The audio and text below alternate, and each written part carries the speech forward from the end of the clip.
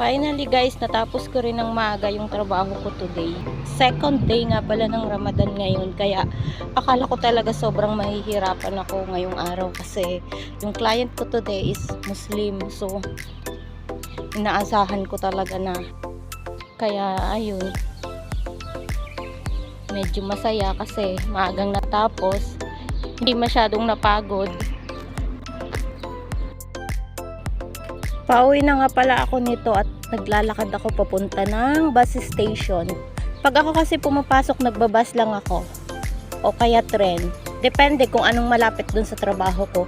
Kasi yung mga bus nila dito, po silang bayad, free lang siya. Itatap mo lang yung card nila.